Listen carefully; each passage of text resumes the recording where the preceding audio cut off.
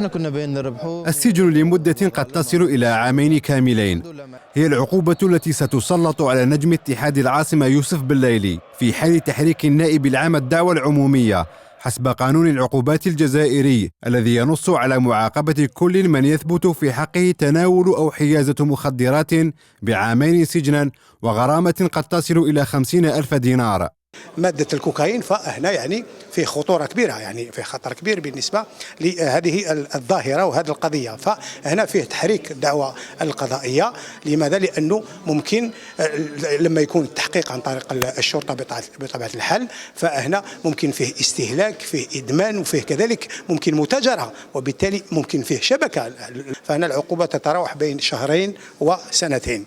رئيس الرابطة الجزائرية المحترفة لكرة القدم محفوظ قرباج أكد أن المدلل السابق لمولودية وهران تناول مواد محظورة في إشارة إلى مادة الكوكايين وفقا لتقارير صحفية عربية وأجنبية، وهو ما لم ينفه اللاعب السابق للترجي التونسي حيث لم يطعن في القرار ولم يطلب حتى إجراء تحاليل طبية جديدة، بل واعترف تناوله للمادة الممنوعة. الآن ما يقدرش يطعن، لو كان يطعن ممكن يزيدوا له في العقوبة.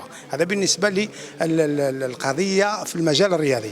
بالنسبة للقضية كذلك على مستوى اتحاد العاصمة عنده حق أو الفريق الآن يستدعيه. لماذا؟ لأنه موظف أو عامل بالشركة، وبالتالي من حق الفريق أو المؤسسة اللي هي مؤسسة اتحاد العاصمة باش تقوم بفسخ العقد.